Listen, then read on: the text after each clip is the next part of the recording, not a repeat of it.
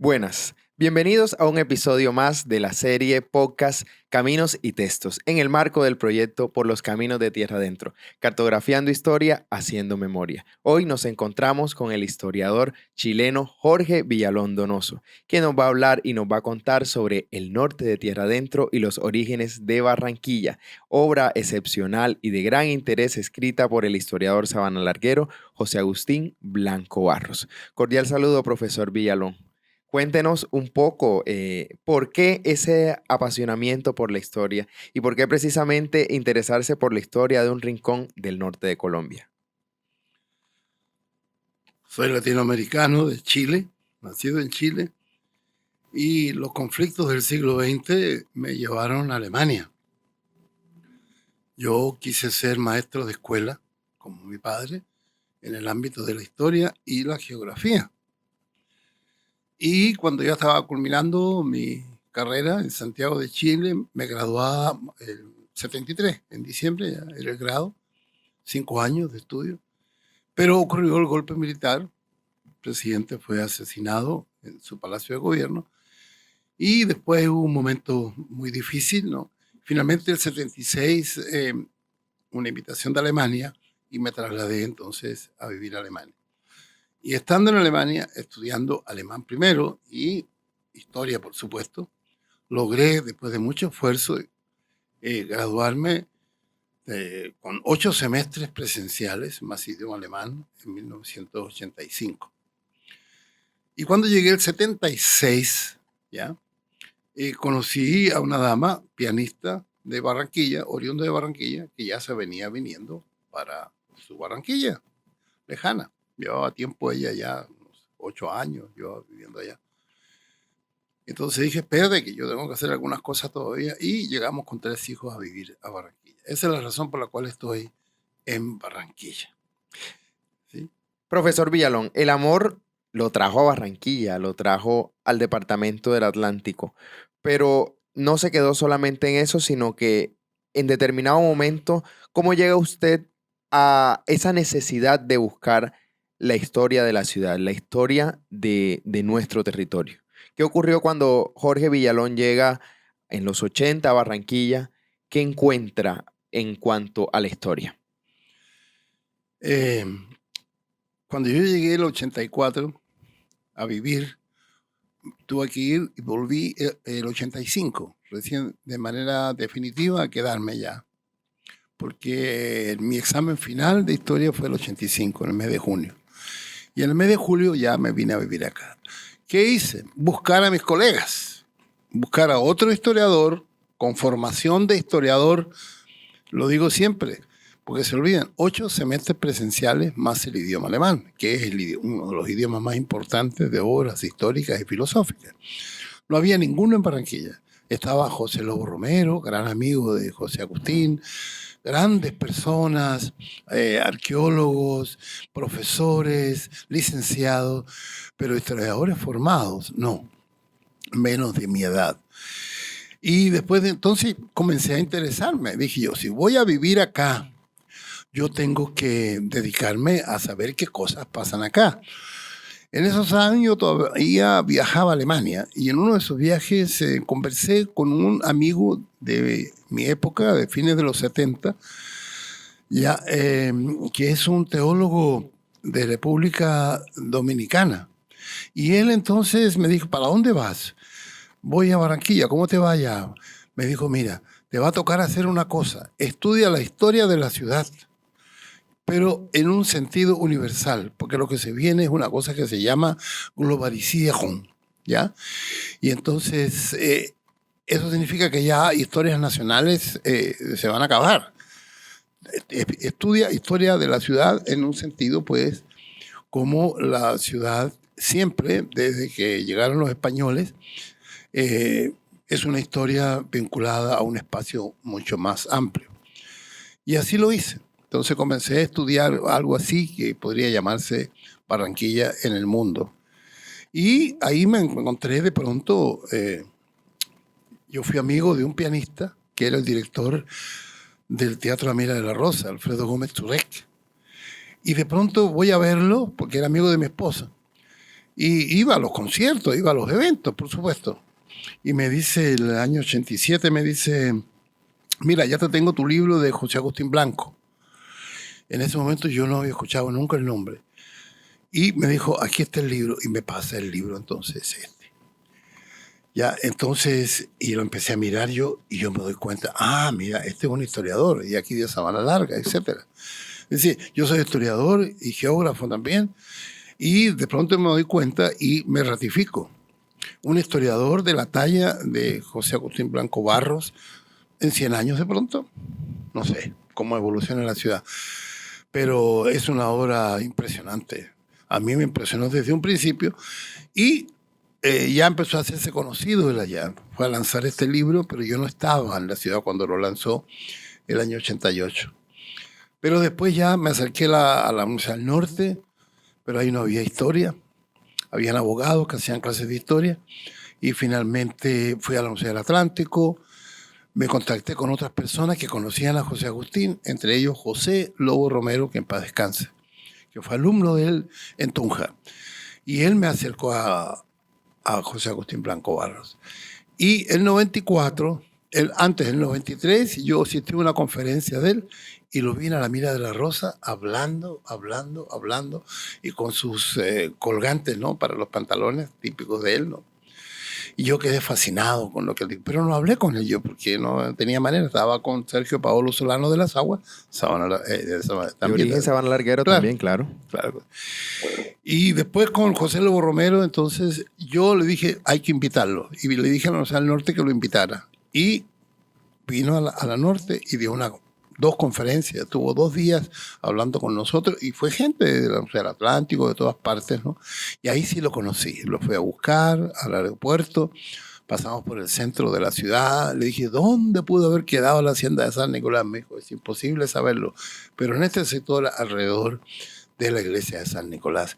Y ahí entonces sí me acerqué más a él y vine a su casa y todo. Y ahí comenzó una amistad que se fue incrementando y llegó un momento que cada vez, y yo cada año que pasaba, cada tiempo que pasaba, me enteraba de un libro, de un artículo que él había escrito, además de este libro, otros textos más, hasta que un día me dije, esta obra hay que publicarla. El año 94 fue decisivo porque en enero ya era profesor de planta de la Universidad del Norte, como historiador para hacer clases de historia.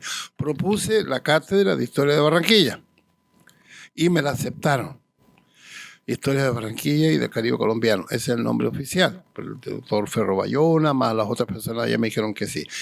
Y empecé a hacer el programa desde cero. Y por supuesto, la obra de José Agustín Blanco es la base de eso. Al mismo tiempo, compartí con otro gran señor, ya, de más edad de José Agustín. José Agustín es de 1922, el mismo año que nació mi padre, también maestro mi padre. Pero Angulo es del 14, ¿ya? El próximo año ya cumple 120 años. Entonces, Carlos Angulo me dijo, tú vas a hacer un curso nuevo, ¿cómo se llama? Historia de Barranquilla y de la región Caribe, del Atlántico. Ya me dijo, tienes que incluir la parte arqueológica también. Le dije, no sé nada de eso. Yo lo sé, aquí están los libros, yo te colaboro, pero no, es decir, Atlántico tienes 5.000 años de historia y los últimos 500 son con los españoles.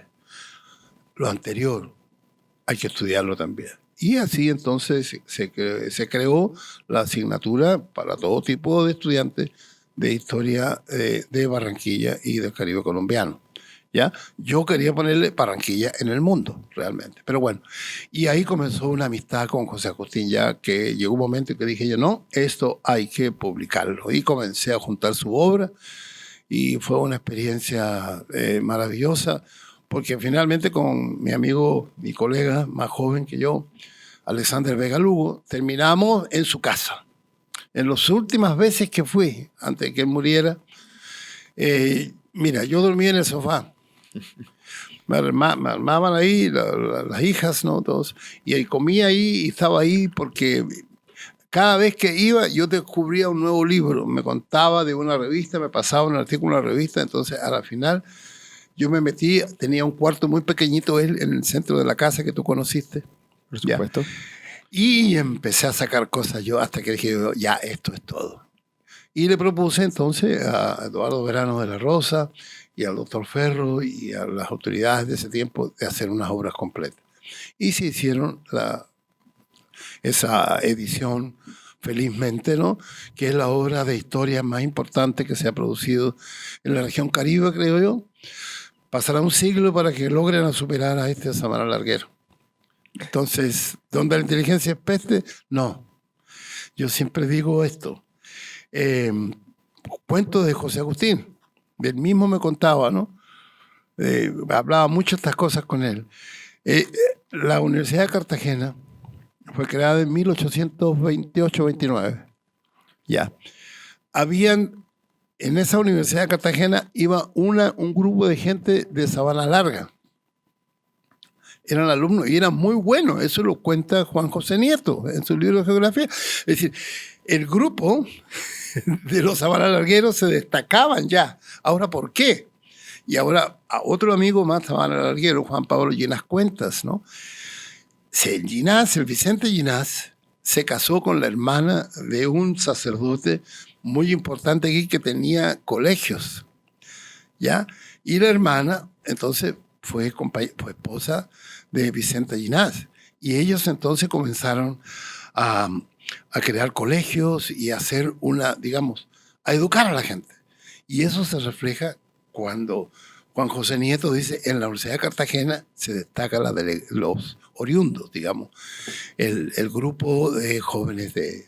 Entonces, para mí eso es lo que determina a Sabana Larga de que haya aquí tanta inteligencia y tanta cultura, como Carlos Rodado y como José Agustín Blanco Barros y muchas personas más que yo conozco.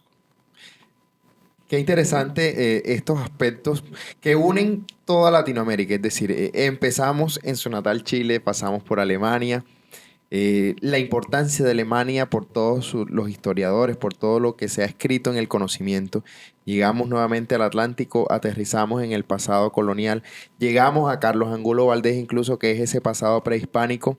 Pero hay una pregunta fundamental, usted que es un historiador. ¿En qué momento entra Atlántico en la historia? Es decir, ¿en qué momento hablamos de historia del Atlántico? No podemos hablar de ella en 1905 porque empieza, muy reciente, pero ¿en qué momento ingresa o en qué momento podemos hablar de la historia del territorio que hoy se llama Atlántico, pero en qué momento entra a la historia? Una gran pregunta. Voy a tratar de resumir los aspectos que hay que incorporar para dar una respuesta buena al problema. Cuando yo hablo de historia, yo hablo del acontecer humano en un lugar. Porque en algún momento determinado se dice que historia es cuando hay documentos escritos. Entonces, de los 4.000 años de historia que hay en el Departamento del Atlántico, desde Rotinet, 2.200 antes de Cristo, que vivían seres humanos, hasta ahora son 4.000 años. Y los últimos 500 son con los españoles. Y lo que está atrás, entonces hay que incorporarlo también. Entonces, luego en el siglo XX hay teóricos como el francés Fernand Braudel, que llegó a decir de una manera, pues, para que la gente entienda, la historia estudia lo que cambia, pero también lo que no cambia. Y hay cosas que no cambian. Cualquier persona, más o menos adulta, dice, oye, mira, ¿qué ha cambiado en tu pueblo? ¿Qué ha cambiado en Sabana Larga? ¿Qué ha cambiado en el Departamento del Atlántico? ¿Y qué no ha cambiado? Y hay cosas que no han cambiado que provienen de etapas muy lejanas de nuestras, ¿no? Al fin y al cabo nosotros somos herederos de generaciones anteriores, ¿ya? Entonces, importante el trabajo de José Agustín Blanco Barros, porque José Agustín Blanco Barros estudia los pueblos después de la conquista española, ¿ya? Y factor importante de ese poblamiento fueron los pueblos de indios que existían. Cada 10 kilómetros existía un pueblo, ¿ya? Los mismos que en gran parte estudió el arqueólogo Carlos Angulo Valdés. Debo decir que nunca hablaron. Se vieron, sí, pero nunca hablaron entre ellos, cosa que me pareció raro, pero bueno, no había el ambiente intelectual para que eso ocurriera, pero ambos hicieron su trabajo. Entonces, historia del Departamento del Atlántico son 4.200 años hasta ahora. De los 4.200 es importante conocer cosas anteriores a la llegada de Pedro de Heredia, ¿no? José Agustín escribe sobre la base fundamentalmente de los documentos que reposan en el Archivo General de la Nación, que antes estaban en la actual Biblioteca Nacional de Colombia, en la quinta con 21, no sé dónde está la Biblioteca Nacional. Ahí comenzó a trabajar él. Y luego, ya después de que Salmona hiciera el edificio, ¿no? Ya estamos a fines de los 80 en el actual Archivo General de Colombia, el Archivo Histórico de Colombia, ¿no? Entonces, ese es el panorama, digamos, para comprender la obra de José Agustín. Sin lugar a dudas que, claro, Carlos Angulo tiene los restos humanos, las herramientas, los huesos, las obras de arte que produjeron ellos, sobre todo la cerámica que está en el Museo Carlos Angulo de la Universidad del Norte, ¿no? Y con quien yo, entre otras cosas, guardé una gran amistad. Debo decir de que me angustia cuando llegué y cuando empecé a conocer a la gente, yo me doy cuenta que hay dos sabios, por lo menos. José Agustín Blanco Barros, de avanzada edad, él nació el 22, y el 14 había nacido el señor, el arqueólogo Carlos Angulo Valdés. Yo dije, bueno, ¿qué hago? Yo estaba iniciando en los 90, incluso con beca de Alemania, mi tesis doctoral, que ellos decidieron que lo hiciera sobre Rafael Núñez, que la tengo inconclusa. Yo dije, ¿qué es más importante para la historiografía? Mi tesis doctoral, para mi orgullo, para, en fin, para lo que sea, ¿no? Para la familia, o salvar estas dos obras. Y estoy satisfecho de haber postergado mi tesis doctoral, porque logré salvar toda la obra de José Agustín Blanco Barros, y ahora estoy presto y me estoy preparando pensionarme para hacer las obras completas del arqueólogo, y con eso cubro hasta prácticamente la independencia, que es el periodo, son unos buenos casi 4.000 años de historia, ¿no? Entonces ahora sí ya quiero pensionarme para poder, porque ya cumplí con José Agustín, ya tengo un comité para editar a Carlos Angulo, porque yo no soy arqueólogo, ya tengo a dos personas que me van a colaborar, un arqueólogo y un antropólogo, y ya puedo entonces dedicarme a escribir mi trabajo sobre Rafael Núñez, del periodo 1885, 1894, o sea, sus últimos 10 años, cuando se escribe la Constitución del 86, que duró hasta el 91. Eso es la grandísima obra de don José Agustín Blanco Barros. Sí, yo podría hablar, no sé, 3 horas, 20 horas sobre el tema. Sí. Oriéntame tú. No, claro, los intereses para los oyentes. Por supuesto que sí. Ya lo decían otros invitados a este podcast, el agradecimiento que tenemos con la Universidad del Norte, pero la Universidad del Norte no representada en ustedes, en Jorge Villalón y Alexander Vega, por rescatar la obra de José Agustín Blanco, para que incluso 50 años después de la primera edición de Sabana Larga, sus orígenes y su fundación definitiva, todavía estemos hablando de José Agustín. Es decir, traernos ese pensamiento de mitad del siglo XX a que todavía siga siendo vigente en el siglo XXI. Pero volvamos a Barranquilla, volvamos a la génesis de Barranquilla. Un José Agustín Blanco inquieto por conocer el poblamiento de esta zona, de lo que él llama el norte de Tierra Adentro. ¿Qué se encuentra José Agustín Blanco cuando empieza a hacerse la pregunta de qué pasó con Barranquilla finalmente? ¿Fue fundada? ¿Cómo surge? Hay un mito fundacional incluso, que entre otras, dicho sea de paso, en las escuelas se enseña ese mito fundacional, y en las escuelas de Sabana Larga. Yo hice mi primaria por allá en los años 98, 99. Cuando se enseña la historia de Barranquilla, se habla precisamente de que fue fundada por unos pastores de Galapa, cuyas vacas sedientas en una sequía llegaron hasta la orilla del río Magdalena y se quedaron ahí y fundaron Barranquilla. y desconociendo precisamente un campo de mayor acción o una mayor investigación que es la que hace José Agustín Blanco. Cuéntenos inicialmente sobre esa investigación. ¿Qué se encuentra José Agustín Blanco antes de publicar El Norte de Tierra Adentro? En primer lugar, él se interesó mucho por la corona española, ¿ya? Por Isabel la Católica y por su nieto Carlos V, etcétera, Felipe II. O sea, España para él es algo muy importante. Y él siempre lo decía, ¿no? Él no tuvo una actitud con España como muchos de nosotros, ¿no? Del siglo XX, ¿no? Tratando de reafirmar una identidad latinoamericana, ¿no? De que España, pues, y la guerra civil, digo yo, de la independencia, ¿no? Muy españolista, muy hispanista, en todo sentido, ¿no? Gran admirador de Isabel la Católica, por ejemplo, ¿no? Y él miraba con ojos muy benévolos lo que hizo la Iglesia, por ejemplo. Él siempre decía de que el poblamiento español en América, al menos en tierra adentro, donde él estudió, ¿no? El papel de la Iglesia era sumamente importante, ¿ya? Y lo veía con buenos ojos, civilizatorios, y etcétera, ¿no? Entonces, hasta ese momento, cuando él aparece, en los años 70, 80, hablando de Barranquilla, el mito fundacional de los ganaderos de Galapa. Él, cuando está en el Archivo Nacional, ¿ya? Él encuentra documentos que van demostrando y se va desarmando, o sea, el mito fundacional de que unos ganaderos de Galapa, ¿ya? Entre ellos el viaje Diego de Peredo, que en 1772, Diego de Peredo, Sí. que está publicado, ¿no? Él comenta eso, sí. Entonces, él recorre tierra adentro, recorre la provincia de Cartagena, ¿ya?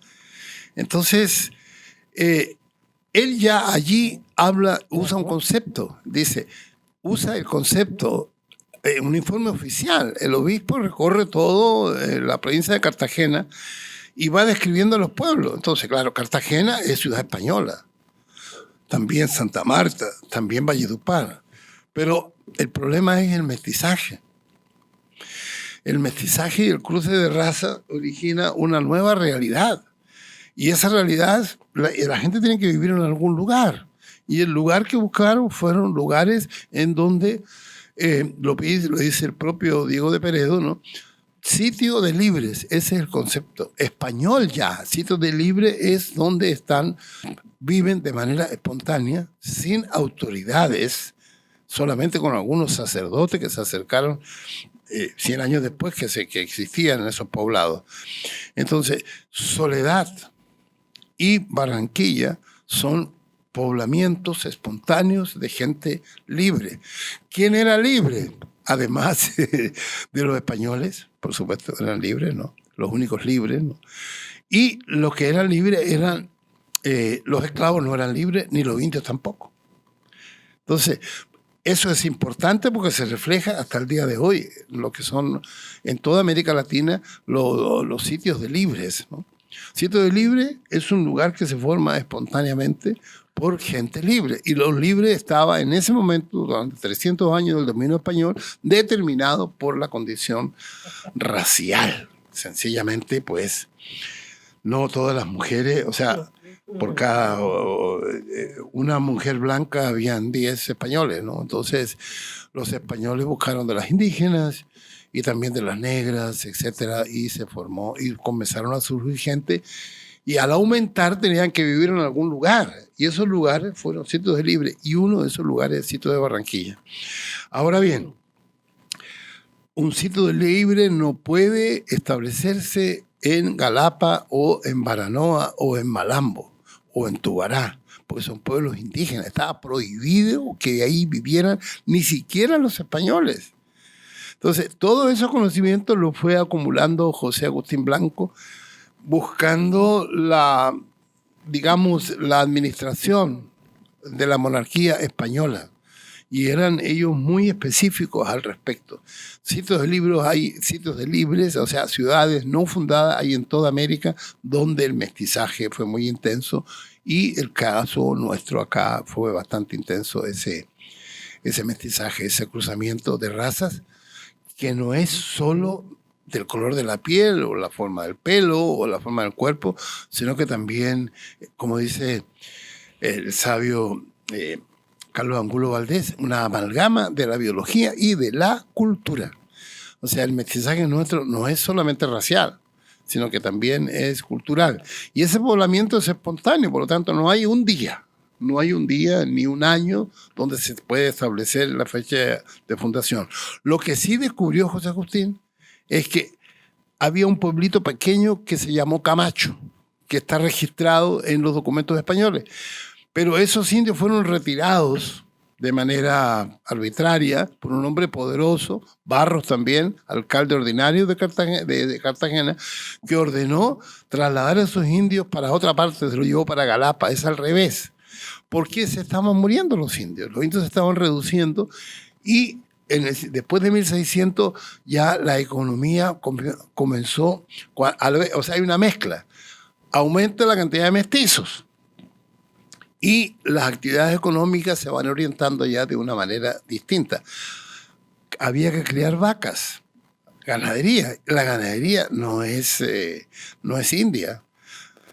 Nadie puede imaginarse hoy, de los oyentes que conocen esta tierra, un indio ganadero sacando leche y haciendo queso y comiendo suero. No, eso es del mestizaje, ¿no? Entonces, y una carta de una viuda que reclama porque el primer encomendero de ese pueblito de indios, que tiene que haber estado ubicado más o menos en la vía 40, se los llevaron los indios y el lugar quedó libre de indígenas. Por lo tanto, fue propicio para que comenzaran a llegar a ese atracadero de canoas, ¿no? Cuando llegaron los españoles, lo que vio Pedro de Heredia fue un atracadero de canoas, nada más. Aún hoy esa reflexión se puede hacer. Barranquilla es un lugar muy inadecuado para ser una ciudad. Y ahora al crecer, tener 1 millón de habitantes, más Soledad, 2 millones de habitantes en la área metropolitana, porque la geografía no lo permite. Los mejores lugares para vivir están en Piojó, fresco, en la altura, y también en Malambo Viejo y estos pueblos, ¿no? Ni siquiera Sabana Larga estaba poblado por indígenas, ¿no? Entonces, ese es el gran estudio que hace José Agustín y eso sí mira con respeto los datos que le da el mito que recoge Domingo Malavet, hijo de un inmigrante catalán en Barranquilla, abogado dedicado a escribir informes para la alcaldía de Barranquilla de ese momento, 1800, después de la independencia, y ahí él, ¿de quién son las tierras? Los globos de tierra, ¿no? Conflicto eterno de Colombia, y ahí él escucha esos mitos, ¿ya? Y el mito fundacional, entonces, ¿qué pasó? José Agustín ya lo explica. Una persona que nació en 1600 en Coro, en Venezuela, hijo de una cubana y de un señor Barros de Cartagena, llega a posesionarse, el papá estaba muerto y empieza a recoger sus cosas y está la encomienda de Galapa. Y él es el que instala un negocio que estaba de moda en ese tiempo, que era una hacienda para producir carne, queso, carne de tasaja que le llaman, ¿no? Carne salada, seca, ¿no? Y lo mismo en el caso de Soledad, que se especializa en la crianza de cerdo, ¿no? Por eso la butifarra y esas cosas. Entonces, ambas ciudades nacen en el mismo tiempo, ¿ya? Ahora, muy posteriormente, en el siglo XIX, Barranquilla, por estar más cerca del mar, se desarrolla de una manera distinta, pero originalmente son los mismos sitios de libre. Entonces, no hay fundación y son poblamientos espontáneos por gente libre, mestizos, mulatos, zambos y las combinaciones posteriores que se hay. Cosa que me parece maravillosa y que le ha permitido a Barranquilla y Soledad ser 2 lugares muy buenos para vivir, porque el racismo es ínfimo. No hay guerras raciales como países que ostentan gran poder intelectual, como Estados Unidos, como Alemania y Francia, que yo conozco, he estado allá, pero ese tesoro barranquillero y soledeño y atlanticense de no tener ese conflicto racial, me parece algo importante, un patrimonio histórico que hay que conservar para los años del futuro, que vamos a tener que hacer muchas tareas difíciles, ¿no?, para poder seguir conviviendo en el planeta. Entonces, el gran tesoro del Atlántico y de Barranquilla es que aquí exista esa mezcla, ¿no?, de tres culturas como mínimo, y en el caso de Barranquilla, pues, y también del Atlántico en general, de los que llegaron de las grandes migraciones de fin del siglo XIX, desde Europa, el viejo mundo, hasta acá. Entonces, Barranquilla no fue fundada, fue un sitio de libres, y cuando llegó la independencia se dieron cuenta que no había autoridades. Yo siempre le digo a mis estudiantes y a las personas, oye, ¿cómo te imaginas tú Barranquilla? Dos siglos vivieron sin policía, sin juez, sin gobernador, sin alcalde, sin nada. Hasta que llegó el 7 de abril, entonces llegó el presidente jovencito, ¿no?, de Cartagena, a darle la categoría de villa, y un año después se la dio a Soledad en su afán de defenderse de los españoles que lo amenazaban desde Santa Marta, ¿no? Pero ya cuando él hace eso, ya hacía 200 años, 2 siglos que vivía gente allí. Interesante la apreciación porque, bueno, al no ser fundada, sino haberse dado un proceso de poblamiento alrededor de ella, le ha dado unas características que usted ha descrito únicas, es decir, primero la espontaneidad con la que se da el poblamiento, y segundo, también esas características muy propias de lo que podría ser el ser barranquillero, ¿no? Un sitio de libres desde su concepción, y también esa mentalidad abierta que hoy pueda tener la ciudad. El mismo José Agustín Blanco dice en una de sus obras que la increíble ventaja que tuvo Barranquilla respecto a otros lugares que conforman el norte de Tierra Adentro, Malambo, Galapa, y es que se encuentra en la curva en donde casi finaliza el río, y eso le dio un impulso diferente en su forma de decir, alejada de la autoridad española en comparación a Malambo, que pues Barranquilla creció y Malambo pues finalmente decreció. Eso...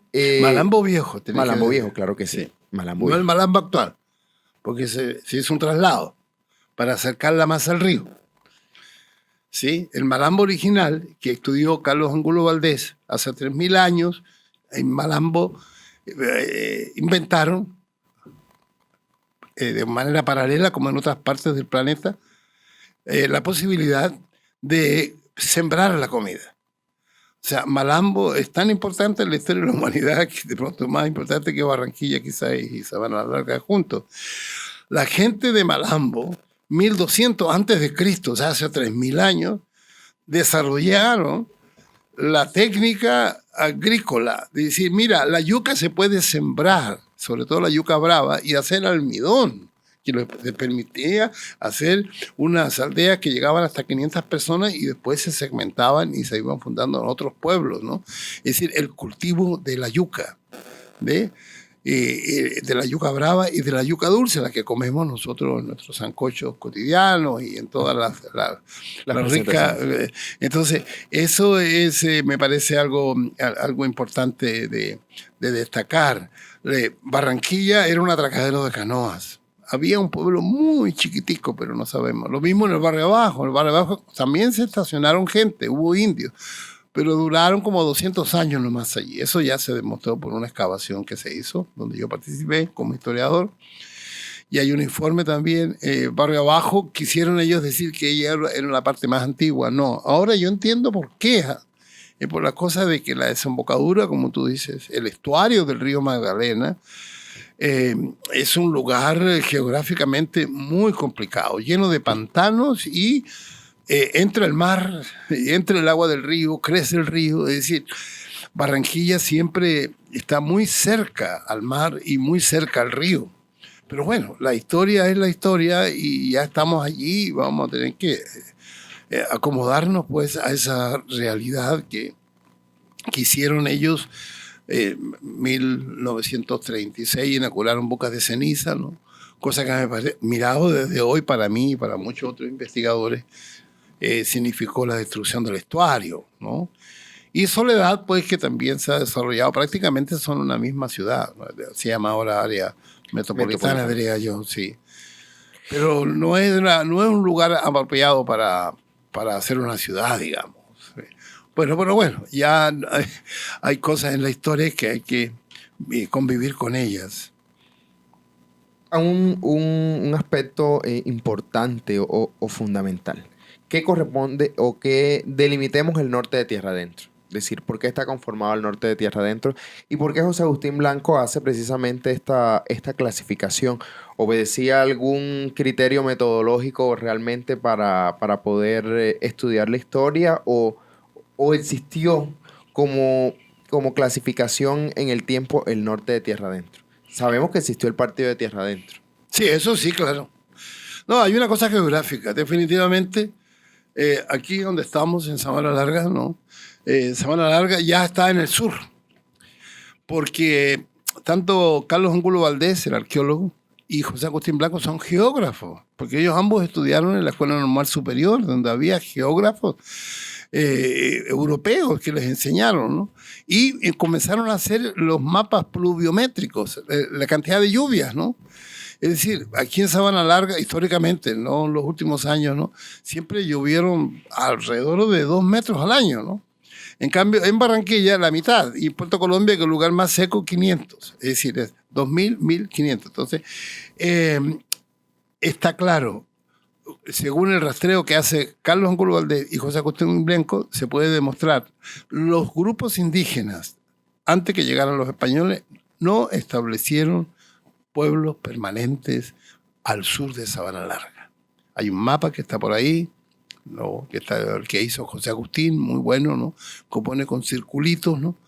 Ya, ¿por qué los indios no hicieron pueblos más allá, digamos, al sur de Sabana Larga, lo que es el sur del Atlántico? Sencillamente porque las condiciones del río, ¿ya? Y las subidas del río en una zona inundable, y ellos se ubicaron en el norte de Tierra Adentro. Por eso los pueblitos, cada 10 kilómetros, dice José Agustín, había un pueblito, ¿no? Y no hubo algo asombroso. La convivencia entre ellos fue bastante pacífica. Eso te lo dije, incluso lo dice también el Reich Tolmatov. Es decir, definitivamente el espíritu pacífico de la región Caribe y concretamente del departamento del Atlántico es anterior a la llegada de los españoles. Los indios, como dicen acá, se hacían pasitos. Cada 10 kilómetros había un pueblito, pero la línea está marcada más o menos a la altura de Sabana Larga. O sea, de Sabana Larga para el norte y para el sur. Sabana Larga es la bisagra, ¿no? Al sur del Atlántico es muy húmedo y es zona inundable. No nos olvidemos que el canal del dique es semi-artificial y lo que hace es conectar en un inicio ciénagas de una antiquísima desembocadura del río Magdalena que terminaba en Cartagena, ¿no? O sea, el río Magdalena nace en Río Hacha, después va a Cartagena, después va a la Ciénaga Grande, después va por el Totumo, ¿ya? En Lomita Arenas, que se llama, ¿no? Y finalmente está donde está ahora. Y ahora parece que va lentamente, va cada segundo, busca volver a la Ciénaga Grande, ¿no? O sea, es una zona realmente de mucho movimiento. Entonces, esa es la situación de estos pueblos. Pero el sur del Atlántico nunca fue poblado, ¿no? Nunca fue poblado. El poblamiento es posterior. Por ejemplo, después de que se funda Sabana Larga, ya hay un fenómeno ahí, el mestizaje, y a fines de la colonia ya se estaba conformando acá unos grupos criollos que fueron el fermento de la guerra de independencia, ¿no? Y la conformación de las tierras, y hay todo, eso lo estudió José Agustín muy bien, ¿no? Que se ha estudiado también cómo se fueron conformando. Y por supuesto el mestizaje fueron los que comenzaron a trabajar con la agricultura y con la ganadería, ya creo yo. Pero Norte de tierra adentro, sur de tierra adentro. Son dos escenarios geográficos naturales distintos.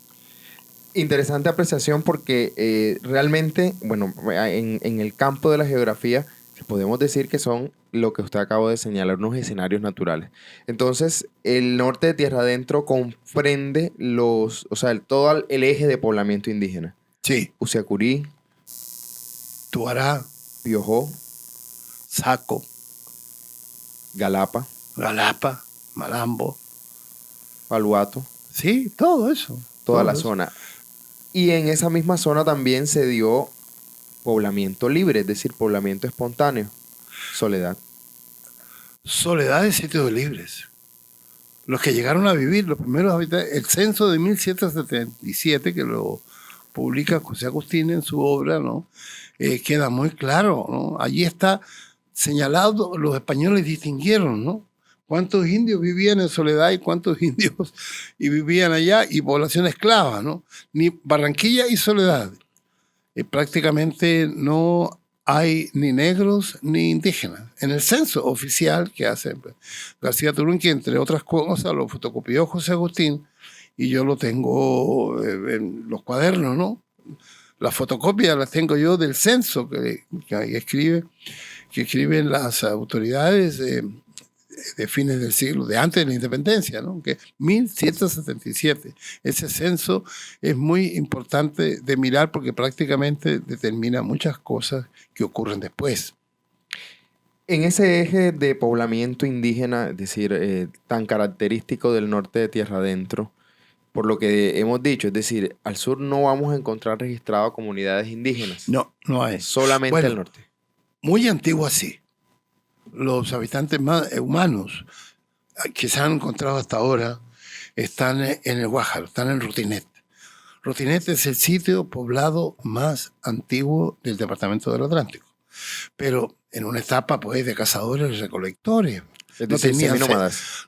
¿Ah? Seminómadas. Sí, seminómadas. O sea, vivían, eran grupos humanos pues que vivían de la pesca y no tenían cerámica. No tenían muchas herramientas tampoco, o sea, eran con piedras y con cosas que ellos, es una cosa asombrosa, Rutinet. Hicimos una visita una vez por parte del archivo histórico. Del archivo histórico, hicimos una visita ya a mostrarle a la gente, mira, este lugar más antiguo habitado en el departamento del Atlántico, 4.200 años atrás.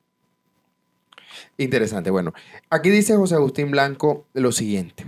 La misma naturaleza de Malambo, una comunidad de indios sometidos a la institución de la encomienda, que les regimenta y controla la vida los 7 días de la semana, que los inhibe para un crecimiento demográfico significativo, mientras los libres de las barrancas de Camacho se multiplican en las más diversas maneras y además gozan de una amplia dinámica de movimientos. Es la razón para que el primero, un pueblo de aborígenes, se estanque, entre en decadencia dada su condición de puerto obligado, cediendo su papel al sitio de libres, situados río abajo, caótico, pero poseedor de una energía histórica que se renueva constantemente y le permite asumir con firmeza su papel en un plazo breve. Es Barranquilla. Sí, claro, Barranquilla se le da, pero más Barranquilla porque está más cerca del mar. Sí, esa cita yo siempre se la leo, se las pongo en pantalla a mis estudiantes y destaco mucho esa cita yo porque eso es Barranquilla, es un sitio de libre, ¿no? Que tiene sus cosas buenas y sus cosas negativas, como todo cosa humana, ¿no? Pero sí le permitió a Barranquilla entonces, después de la independencia, convertirse en el primer, único puerto internacional para el comercio exterior de Colombia, ¿no? A través del tabaco y luego del café hasta mediados del siglo XX. Y desde hace unos 70 años que estamos ya por fuera de esa posibilidad buscando otros derroteros. Yo soy de los que piensa que el futuro de Barranquilla y Soledad del área metropolitana está en Sabana Larga y en todo el sur del Atlántico. Porque los años que se vienen son de escasez de agua pura y escasez de alimentos y todo eso está en el sur del Atlántico. Le pregunté yo a José Agustín Blanco Barros, poco antes de morir, y aquí está en el 2013, yo me permito leer En conversaciones con el autor le planteamos una pregunta sobre el futuro de Tierra Adentro, es decir, sobre el Atlántico, de cómo va a ir el territorio a mediados del siglo XXI. Estoy leyendo en la página Romanos 16 del tomo segundo de sus obras completas, editado por la Universidad del Norte. Su respuesta fue que habría graves problemas para obtener agua potable debido a la sequedad que afecta el territorio desde que llegaron los españoles a causa de la tala de los bosques promovida por esto para tener pastizales para la ganadería y para la construcción de Cartagena, ciudad que durante mucho tiempo extrajo madera de la zona. Luego, en el siglo XIX, nuevamente se talan bosques para producir leña para diversos usos, como la producción de carbón vegetal para los hogares y también electricidad. Nuestra réplica fue señalarle que Tierra Adentro está al lado del gran río Magdalena, que es una magnífica fuente de agua. Blanco Barrios respondió que el gran río está en la actualidad bastante contaminado y que en 50 años más esta situación sería mayor y más grave. ¿Qué hacer entonces?, le preguntamos nosotros. Su respuesta fue simple: reforestar, lo cual no es un asunto de política, insistió en eso, sino de saber cómo se hace una reforestación. En caso de que el Estado colombiano tome la decisión de intervenir el territorio para garantizar el suministro de agua para los humanos y sus actividades económicas, esta obra de José Agustín Blanco Barrios, sin lugar a dudas, será la obligada consulta para los estudiosos. Hay que reforestar el Atlántico para que, por ejemplo, Uciacurí pueda ofrecer sus aguas sanadoras, porque bajó el nivel freático al hacerse a la tala de bosques para la ganadería. Yo creo que en 100 años más va a ser muy distinto el departamento del Atlántico. Yo tengo la esperanza de que el Atlántico se va a reforestar. Quiero hacer una acotación y me voy a salir del ámbito José Agustín y también de Carlos Angulo, y vamos a ir más reciente. El científico Dugan, Armando Dugan Génico. Él hace unas observaciones interesantes, precisamente también en el norte de Tierra Adentro. ¿Cómo podemos enlazar esa? José Agustín nos muestra la riqueza del paisaje, nos muestra el proceso de poblamiento. Tubará, que está en el norte de Tierra Adentro, es tan magnífica la obra que existe un tomo específico para ella. La encomienda mayor, vivían 1000 personas cuando llegaron los españoles. Y bueno, enlazando eso con las observaciones del científico Armando Dugan y esas transformaciones del paisaje que se dieron, ¿qué ocurre entonces con esa zona de Tierra Adentro que pues termina deforestándose y termina acabándose el bosque seco tropical? Sí. ¿Qué ocurre? Es decir, ¿qué ocurre? Bueno, ahí tenemos, todas estas poblaciones, Uciacurí, Baranoa, todo el eje de poblamiento de Tierra Adentro, del norte de Tierra Adentro, en su mayoría terminan convirtiéndose en sitios de libres. Sí, claro que sí. No, los pueblos indígenas en toda América Latina, no solo acá, se extinguen los pueblos por varias razones. Primero, por el mestizaje. Y en segundo lugar, por algo que ya se ha estudiado en otros países, ¿no?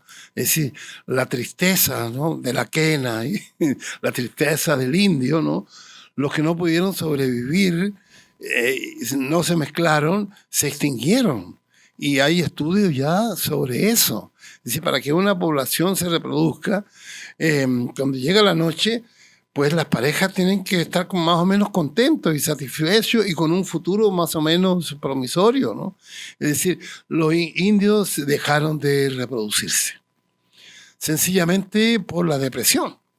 La depresión de ver que su realidad en varias generaciones fue desapareciendo y finalmente desaparecieron. Yo no creo que haya indios acá en el departamento del Atlántico. Yo nunca he visto, no hay ninguna comunidad indígena. Claro, Tubará siempre tuvo la encomienda mayor cantidad de indígenas, pero hoy yo no he encontrado ningún indígena. Los indígenas que hay ahora, que se llaman los mocaná, es una caracterización como en mi pueblo también. Yo soy de Aguita y hace 5 años, la última vez que fui a Chile, me dijeron: Jorge, ingresa tú como diaquita. Le dije, yo no soy diaquita, mi padre viene de Bolivia y mi madre de por acá también. No, me dijo que ya ahora ser indio es un autorreconocimiento de conciencia. Decía, mira, yo me siento indio, me gustan los indios, entiendo la historia de los indios y yo quiero ser como los indios y rescatar lo que haya que rescatar de los indios. Pero ningún lugar a duda que el Atlántico ya no hay indígenas. Y los mocaná es una cosa más bien espiritual. No hay ni una palabra mocaná. ¿Ya? Ni un tampoco cerámica mocaná, que algo que caracterice. Son los mocanaes, los macanaes, como dice José Agustín, ¿no? Es decir, eran los indios que utilizaban unas macanas, ¿ya? Para preparar la tierra para sembrar la yuca. Y eso lo utilizaban también en las guerras, ¿no? Para defenderse de los españoles, ¿no? No las guerras entre ellos, porque eran bastante pacíficos en comparación con otras partes. Sí, sí, esa es la situación, pero sobre la sequedad y la recuperación del bosque seco tropical, Armando Dugán Génico, desconocido, ¿no? La primera persona que se da cuenta, según él, de lo dañino que fue la construcción de los tajamares de Boca de Ceniza, sobre todo el tajamar occidental, que terminó destruyendo la ciénaga del Mallorquín y las playas que van hasta la bahía de Cupino, del Cerro Cupino, que está en Puerto Colombia, ¿no? Eso es un tema muy, muy delicado, un tema muy difícil de abordar, ¿no? Porque gran parte de las glorias de Barranquilla, pues, terminaron en esas cosas del siglo XX, ¿no? De intervenir el estuario, o sea que es un asunto para mí. Y Armando Dugán llama la atención sobre eso. Y otros sabios más, ¿no? También José Agustín y todo eso. Y Carlos Angulo Valdés. O sea, los sabios no están de acuerdo con Boca de Ceniza. Pero digo, es un tema político, económico, hay muchos intereses.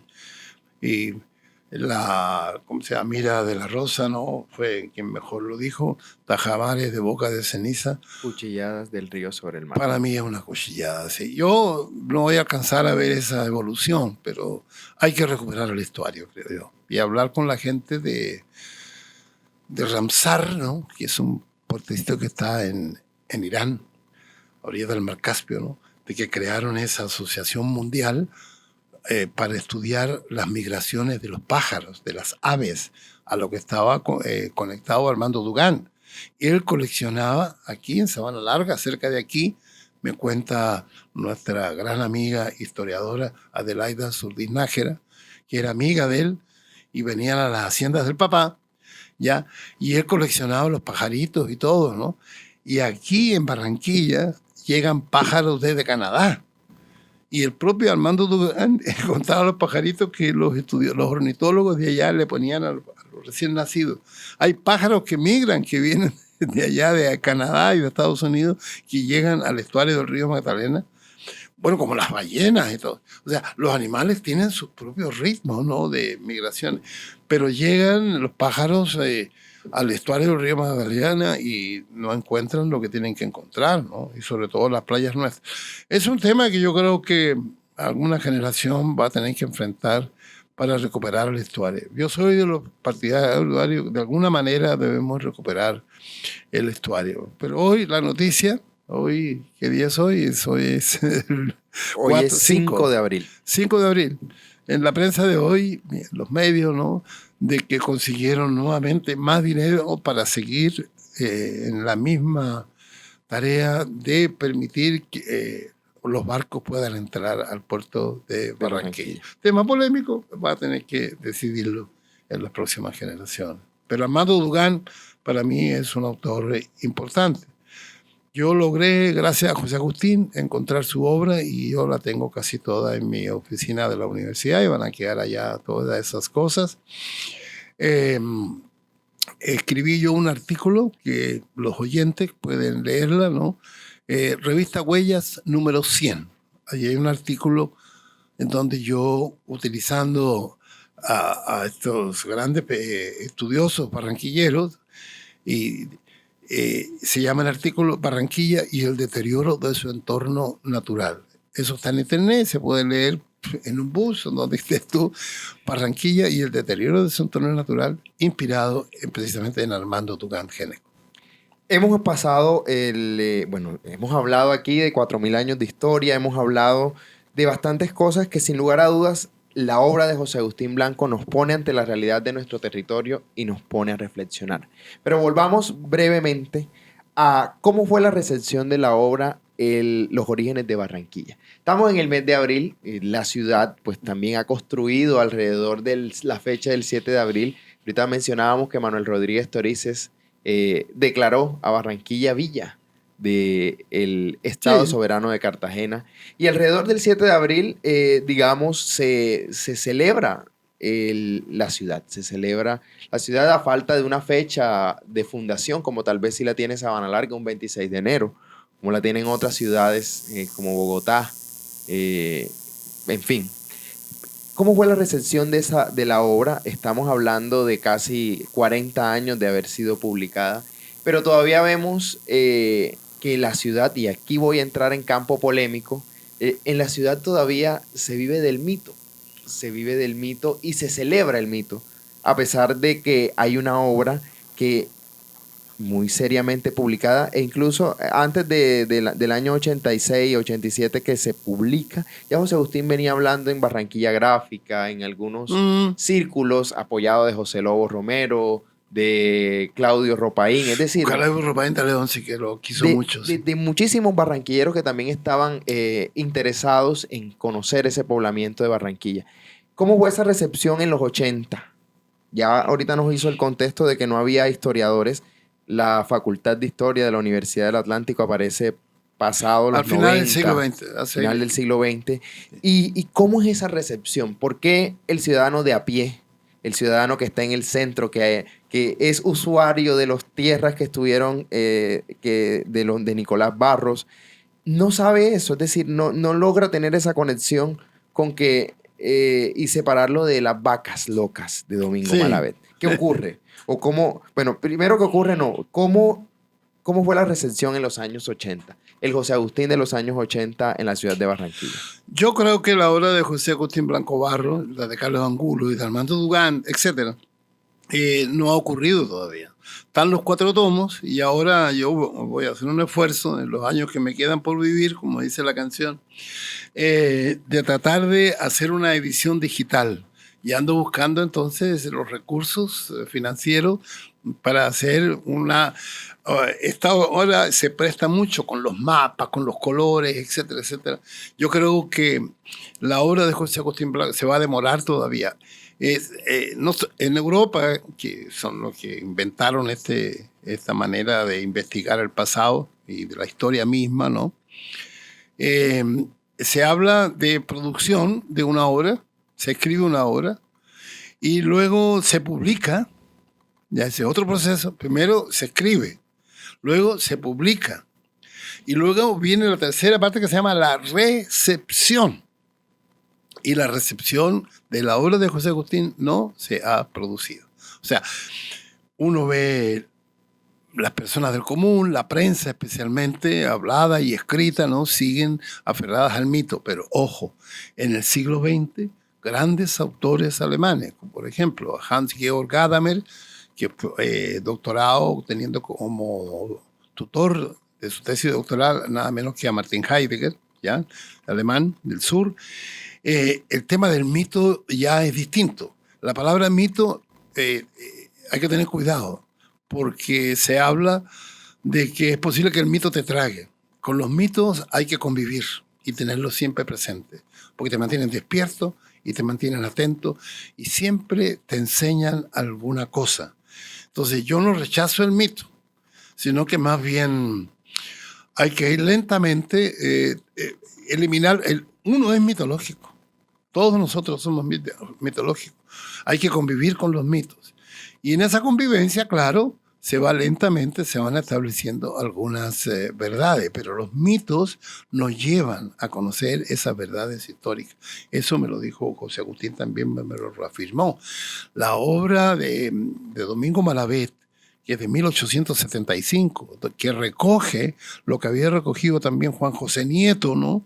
En 1841, su obra de geografía De la provincia de Cartagena. de la provincia de Cartagena. O sea, esos mitos que recogen, esos nos mantienen despiertos, ¿ya? Y nos mantienen pues atentos para que vamos, pero rechazarlos de ninguna manera. O sea, ni rechazarlos ni aceptarlos totalmente, porque en ambos casos el mito te termina tragando. La historia se mueve en un filo así, entre medio de esas dos tendencias aparece entonces la historiografía, la cosa que hago yo, que hace José Agustín, ¿no? Pero yo no desprecio los mitos, porque en los mitos siempre hay mucha verdad. Y si se lee la primera vez que se escribió el mito de los ganaderos de Galapa, entonces Domingo Malavé te escribe varias cosas que son muy interesantes. Yo leo, y no solo acá, en Europa también. En Europa hay un regreso a los mitos, la Europa del siglo XX, de las dos guerras mundiales, de la tecnología, de la bomba atómica y del Internet, de todas estas cosas. Los mitos siguen allí presentes. Somos mitológicos todos, los seres humanos. Yo creo que es un rasgo humano. Los perros no son mitológicos, nosotros sí. Y cumplen una función de mantenernos despiertos, creo yo.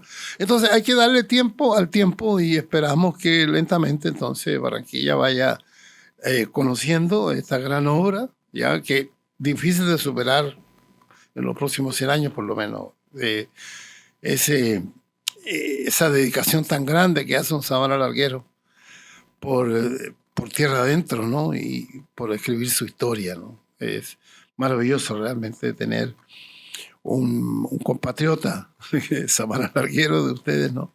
Que haya hecho esta obra tan maravillosa. Completamente de acuerdo en su apreciación. José Agustín Blanco y su obra fundamentalmente es maravillosa. Entonces, estamos asistiendo todavía a la recepción Sí. de la obra de José Agustín Blanco. De manera masiva, digamos. De manera masiva. Podemos sentirnos orgullosos entonces de formar parte aún de esos deseos del maestro de enseñar, de seguir enseñando. Es decir, después de muerto sigue enseñando, sigue transmitiéndonos. Claro que sí. Y particularmente para mí, que soy sabanalarguero, y también para muchísimas de las personas que nos están escuchando, y también un sentimiento de gratitud de todos los colombianos, porque Jorge Villalón ha venido precisamente de Chile a enseñarnos, pero somos todos una unidad, que es la unidad de Latinoamérica, y hacernos presente la obra de José Agustín Blanco. En ese sentido, pues nuestra eterna gratitud como sabanalargueros. Pues impresionante que José Agustín siga vivo a través de las obras completas. Es un sentimiento de gratitud, y pues Sabana Larga está en deuda. Hay que darle, así como ya Colombia le dio la nacionalidad, nosotros tenemos que darle el certificado de adopción como sabanalarguero. Muchas gracias. A mucho honor. Y gracias por el interés por estos temas, ¿no? Bueno, entonces de esta manera finalizamos este episodio de nuestro podcast Caminos y Textos, en el marco del proyecto Por los Caminos de Tierra Adentro, cartografiando historia, haciendo memoria. Hoy hablando de Barranquilla de Colombia, como aparece figurando en los documentos que también José Agustín Blanco Barros nos habla sobre el proceso de independencia en la parte norte de Colombia. Podríamos seguir hablando de José Agustín Blanco, de todo lo que escribió de Barranquilla. Decidimos quedarnos en la colonia por ser esa gran obra del norte de Tierra Adentro, pionera en la geografía histórica. Y bueno, profesor Villalón, un último mensaje. Ya usted lo dijo, quedó claro, asistimos a la recepción de la obra de José Agustín Blanco, pero ¿qué nos queda a estas nuevas generaciones? Todos estos que usted ha enseñado en la Universidad del Norte, aquellos que nos están escuchando, para las futuras generaciones. Para las futuras generaciones. Sí, en agosto del siglo pasado, 1994, fue el primer semestre donde se dictó esta asignatura Historia de Barranquilla. No sé quién la va a contener, no hay nadie más allí que... Tengo que hablarlo con el rector, ¿ya? Eso no sé cómo se va a solucionar eso. Y la recepción, pues, que se vaya haciendo lentamente. Pero tú me preguntaste otra cosa antes. La pregunta se me fue. específicamente el mensaje para... El mensaje, ya. Claro.